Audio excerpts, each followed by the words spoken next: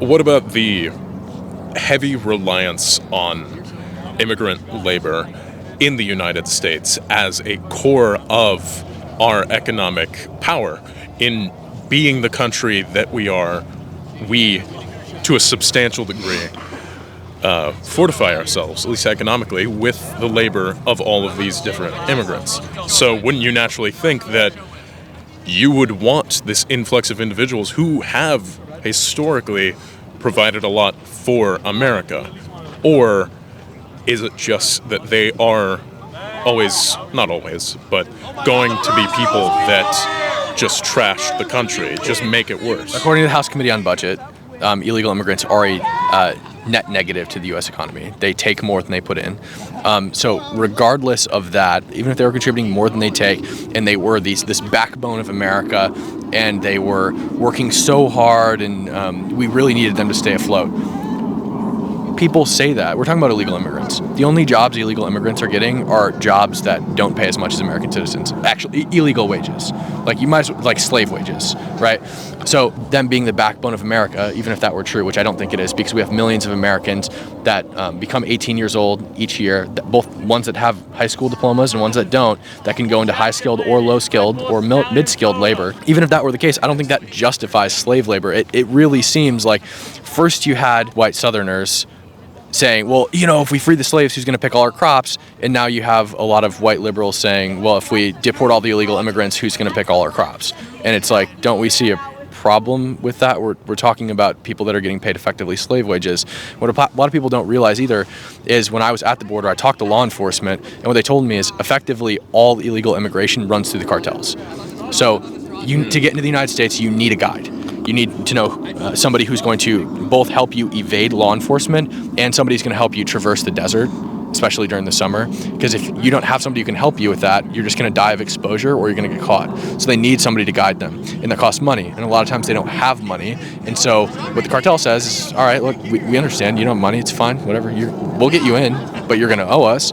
So then they go work jobs in America for slave wages, and what they do make goes to the cartel. They get just enough to keep themselves alive, and then everything else goes straight to the cartel. And it just keeps feeding that machine. And they're slaves. And if they don't pay the cartel, they kill their families in Mexico or they kill them in America. And it happens every day. And that was the overwhelming consensus from law enforcement officers that I talked to. Okay. So naturally then, do you think it should be because this is a problem. Yeah. Do you think it is something that America should focus on and try and fix to make sure that we don't have these almost slaves in our country anymore? Yeah, I feel like that should be prioritized over just sweeping the problem away. Yeah. Well, I think you have to resolve both issues in order for this to happen. I think probably the more pressing issue is the illegal immigration and the allowance of the illegal immigration in the first place, because like I said, it just feeds the cartels. And that's where you get the slaves. Like American citizens, people who were born of America, born on this soil as of right now, become American citizens, and people who hire them are not going to pay them less money. The only reason you would hire an illegal immigrant is because you can pay them less money than an American citizen. They're under the table, right? What about to give them an opportunity?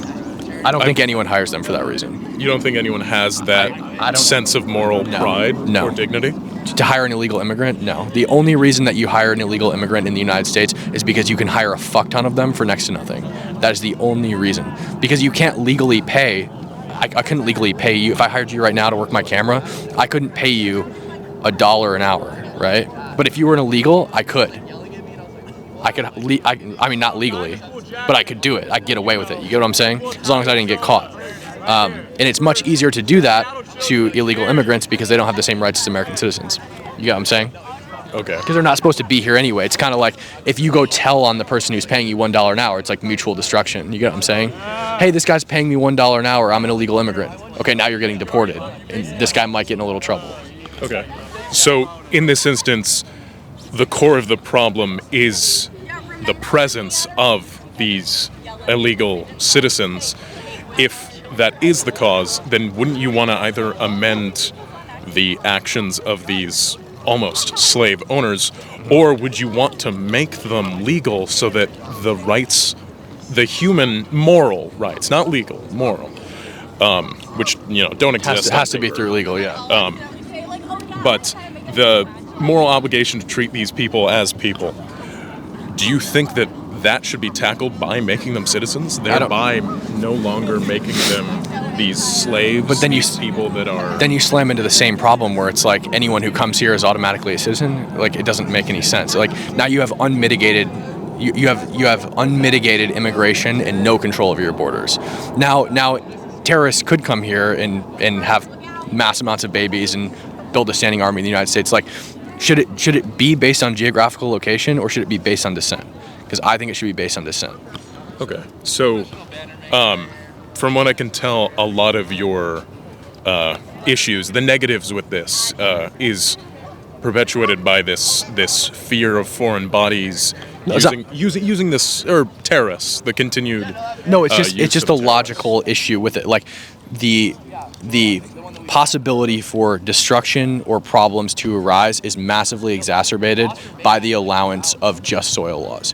Whereas if you make it through descent, you're probably going to you could potentially still have some issues, but it's going to be far less likely than if you just have unmitigated control. Like, you also run into an issue where you could have like an infinite citizenship glitch, where now theoretically, if all it takes is to be born on American soil, you could have a scenario where every person on the planet is an American citizen if their parents came here and had them. And now you have it's not going to happen, right? Very unlikely. Wouldn't America want that? Every person on the planet to be an American citizen? We don't have the resources to sustain that. Wouldn't you want a worldwide allegiance to a country that would want But citizenship doesn't equal allegiance. That's the crux of the problem, is like, they could still be loyal to the country their parents came from. And not only that, even if they were all allegiant to, had allegiance to America, you still run into the problem if we don't have the resources for that. We don't have the space for it. We don't have the resources for it. It's obviously not going to happen, but you could have a massive citizenship boom where there are more people who don't have allegiance to America than there are people who do have allegiance to America, and then you're fucked. You get what I'm saying? Okay. So, like, there's just so many, like, paradoxical problems with just soil laws that have caused so many countries already to overturn it. I don't know why people kind of, like, freak out over it in the United States, but it's not, outside of the U.S., it's not a controversial thing. There's, like, 4 other countries that have it. Canada, Mexico, Brazil, and Argentina, I think, are the only other countries in the world that have it. Okay. And they even have some restrictions. Okay. So 2 points on that. Sure. Both individual things. Your recent point there in the sentence that you just said, couple sentences. Yeah. Do you think us, as America, being one of the very few countries that do this kind of thing, doesn't that naturally make us more appealing to then make it so that individuals come over more often? I think it makes us more appealing to abuse. Abuse? So I think it makes I think it makes us more appealing for people who want to illegally immigrate to a place so that they can have a baby here that becomes a citizen of that country. I think it makes us far more appealing than anywhere else. We're the most strong economically in the world, and we're one of 5 countries in the world that has these laws. Okay. Makes us very appealing for abuse. And what that is just like exploitation. You're just cutting the system. It doesn't seem like, I just don't understand why geographical accident should determine citizenship. It seems like it should be based on lineage. I don't, it's the way the entire world does it, and it makes the most sense because you have the most, it creates the most ties to the country and the most likely scenario that you're going to be loyal to it. Okay.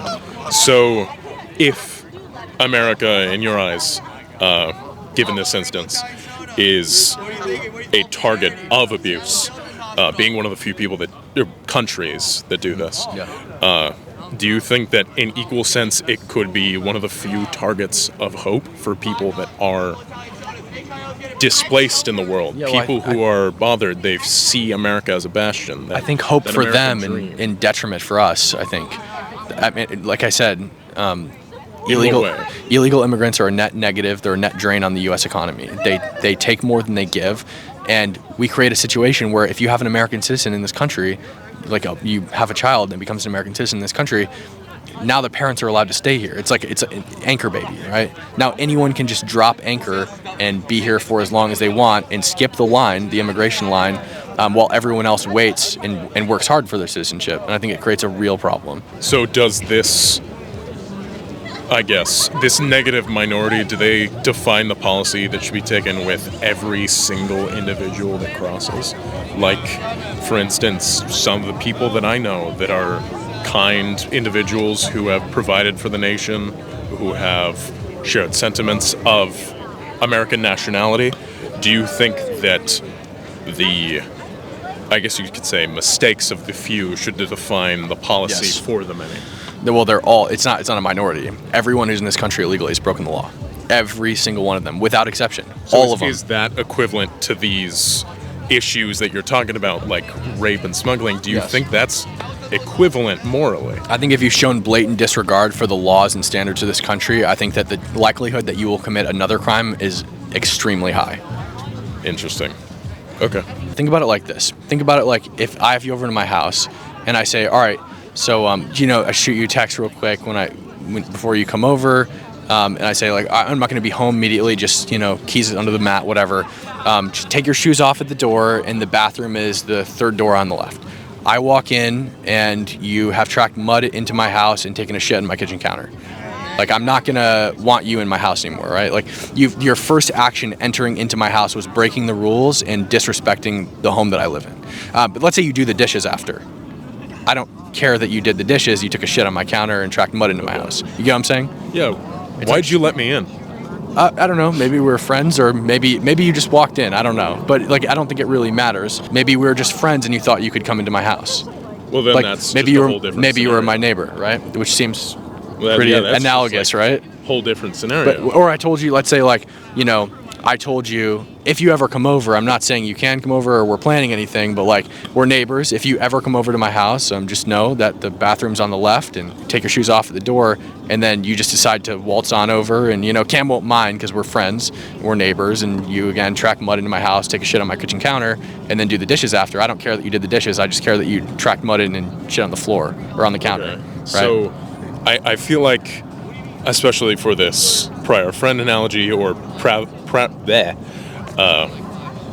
established neighbor, we were like, oh, I like him. He's a good neighbor. Yeah, we had maybe right? a barbecue together in the backyard or something once. I feel then our relationship then started on a degree of trust then, correct? So then I feel like, again, chicken and the egg here thing, but that degree of, you at some point wanted to let me in to begin with, and then you're just setting that starting line to just when I enter the house, as opposed to the relationship. Let's say you heard me tell my wife. Let's say, or one of my other friends. Say we had a barbecue at your place or something, or maybe we were just taking the trash out and saw each other, and my friend was like, hey, I'm gonna head in now, and I was just like, all right, shoes off at the door, bathroom's on the left. And then you just decided, well, we're friendly enough, I'll just head on over to his house, maybe he's got something good cooking in there. At that point, the analogy for real life, now that's just blatant disrespect, right? Well, obviously disrespect, but also just that's not even the equivalency of attempting to immigrate. That's just taking advantage.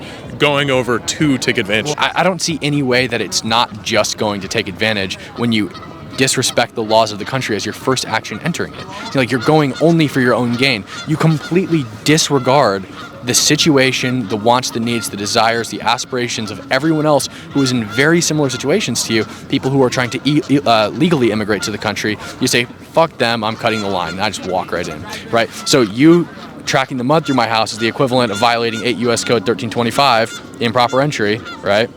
And you taking a shit on the counter is the equivalent of any other crime you might have committed along the way. And then you did the dishes because you're a hardworking American in my house. Like I said, I don't care that you did the dishes. I'm more concerned with the other things you did that were bad. Yeah. I feel at that point then it's an issue of, why did they come over, right? You got to ask the eventual, why did this even start? Why did they feel the need to say, I can break into your house and take a shit on your floor or counter? Either one.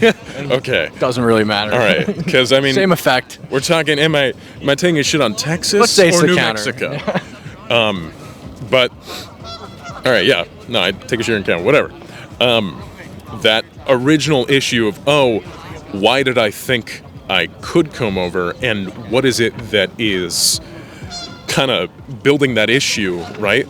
I feel like, Let's say you saw me put like the box for like a really nice apple pie in my garbage can the night before, and you're like, dude, I'm going to get me some of that apple pie. I know he's yeah, got. I can smell it coming from the window. It's wafting into your window, and you're like, damn, I got to get me some of that good life. He's got the apple pie over there, so you run over and grab it. yeah, I mean, that's, and help yourself to the kitchen counter on the way over. You know what I'm saying? yeah, I feel like at that point it's just turning into a question of like robbery then. I don't think it's even a matter of, oh, it's your house, right? It's your stuff. It's just, I saw a pie and I'm doing it. Yeah, well, isn't that what they see as a big old American pie? My In America, my Miss American Pie sitting over the border to Texas, and they walk right over and say, I need to get me some of that good life, that American pie. I'm going to go get some. And they disregard the laws of the country on the way in, and they go and grab a slice. Okay. I mean, you know what I'm So what about this? You are a parent, right? You have a kid. Yeah. You send him off to daycare or whatever. Yeah. I'm also a parent, and I have a kid, and I send mine over to daycare. Yeah. And our kids get along. They are just like, oh, you know, how about you come to my place, right? Let's hang out. And naturally, my kid thinks, oh, okay, well then, I guess let's go over to his house, right? He could also go over to my place, but in this instance, going over to yours. Where then, obviously, I mean, you don't trust me to hang out in your house. It's our kids that have this relationship. It's this next generation of sorts. Where then my kid is allowed to stay at your house, and then as they play, you realize, oh, this is a good kid, right? Like, he's not shitting on my counter. He's not eating my pie. And eventually, you're like, oh, okay, I trust my kid with your kid. Your kid can come over and hang out with my kid. I feel like naturally that seems okay to allow this kid who has proven themselves separate to their parents to then venture into your house. But he can come visit every now and then. But I mean, he doesn't own the house just because he's been there a couple times. You get what I'm saying? Or, you know, if your wife came over and had him on my living room floor, he's not like, you guys don't own the house now. You get what I'm saying? Yeah.